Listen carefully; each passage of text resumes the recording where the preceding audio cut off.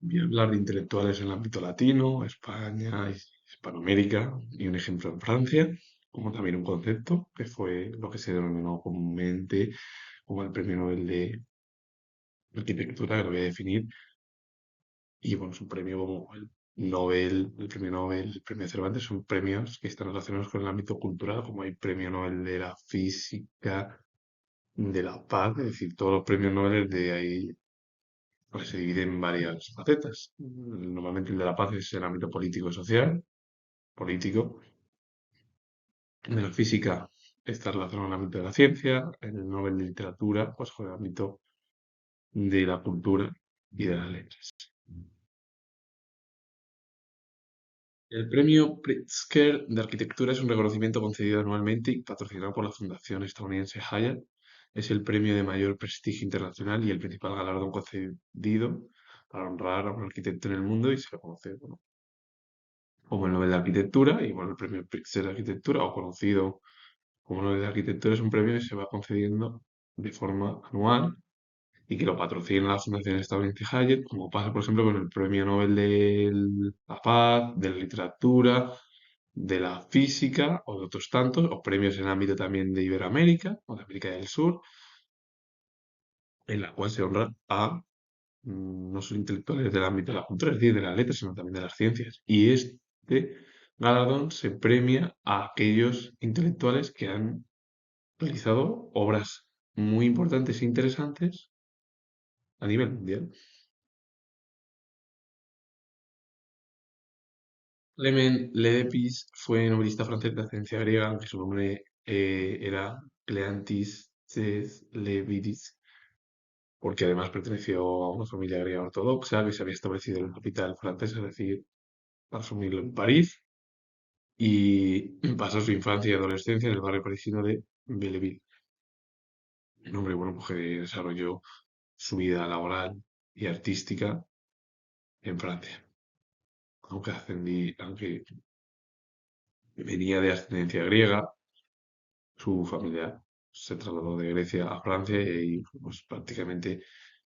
él, el propio Le Piris, realizó su infancia y adolescencia en un barrio parisino de Belleville y luego prácticamente su vida laboral la realizó en el país catalán. Francisco Abrines fue poeta español, perteneció al grupo poético de los años 50 y desde 2001 fue académico de la Real Academia Española. Fue reconocido con distinciones como el Premio Nacional de las Letras, el Premio Reina de Sofía de la Poesía Iberoamericana, el Premio Cervantes, Premio Miguel Cervantes, es decir, tuvo galardones de diversos premios en el ámbito de las letras. Fue uno de los miembros más importantes de la generación de los años 50, posteriores a la posguerra española, después de la guerra civil, que aparecieron además importantes escritores, no de esa generación en concreto, pero bueno, estuvo Cela, Boro Vallejo, Miguel Delibes y otros tantos. Bueno, también Ana María Matute, Carmen Laforet, grandes escritores que han dejado huella en la literatura de la posguerra española y que fueron además muy importantes para entender lo que vivieron muchos de los intelectuales de la historia de la literatura más reciente. Juan Antonio Muñoz Rojas fue poeta y narrador español. Perteneció a la generación del 36, como Luis Rosales, Leopoldo Panero y otros tantos que dejaron huella. Mucho se dice que Miguel Hernández perteneció a la generación del 36, que es donde debería haber al propio escritor Miguel Hernández correspondido a ese periodo, pero bueno, Miguel Hernández perteneció a la generación del 27. Es verdad que a veces bueno, se dice que perteneció a ambas, que estuvo además en ese periodo. Pero bueno, para concretar más y mejor explicarnos que Miguel Hernández perteneció o fue uno de los miembros también de la generación del 27 y de la generación del 36 también se podría considerar, pero no es tan específico. Así que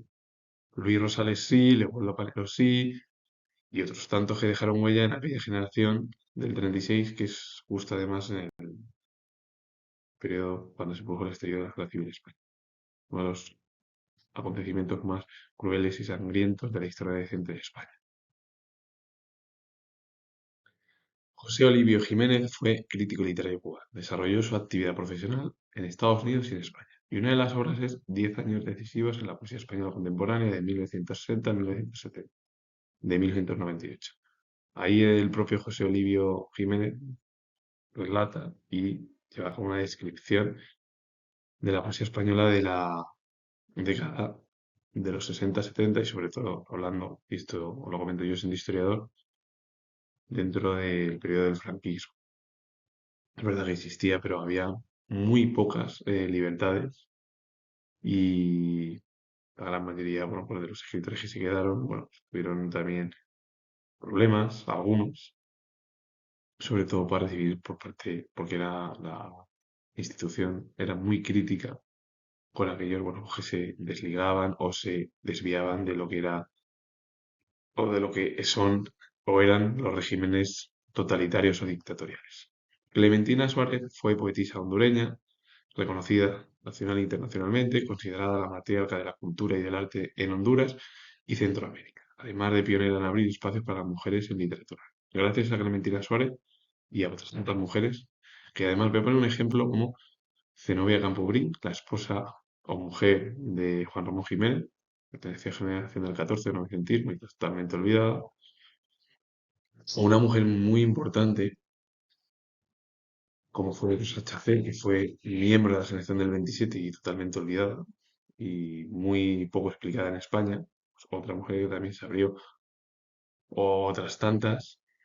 en España como en Europa que dejaron huella, intentaron abrir camino para que también muchas mujeres del futuro, sobre todo en el siglo actual y en la década de los 80 y 90, pudieran tener las mismas oportunidades que cualquiera de los hombres, en cualquier ámbito. Siendo Clementina Suárez una de las principales pioneras de la cultura y del arte de su país, pionera también en abrir espacios para que las mujeres participasen en el ámbito de la literatura y en otros ámbitos del arte. Pues gracias a ellas, pues hoy en día algunas han ido adquiriendo mayor, eh, adquiriendo sí, bueno, mayor importancia por parte de las estructuras sociales, aunque todavía sigue habiendo muchos problemas para que ambos sexos tengan las mismas condiciones igualitarias en acceder a muchos trabajos en los cuales muchas mujeres podían incluso llevar a cabo, y es que hay muy pocas, llevar instituciones multinacionales. Así que con ello finalizo, comentar que soy historiador. Si os ha gustado este vídeo relacionado con el concepto y el resto de ejemplos en la cultura latina, España, Hispanoamérica y también en Francia, darle a like, suscribiros, poner comentarios, y vuelvo a repetir que soy historiador. Finalizo con ello y nos vemos en el próximo vídeo.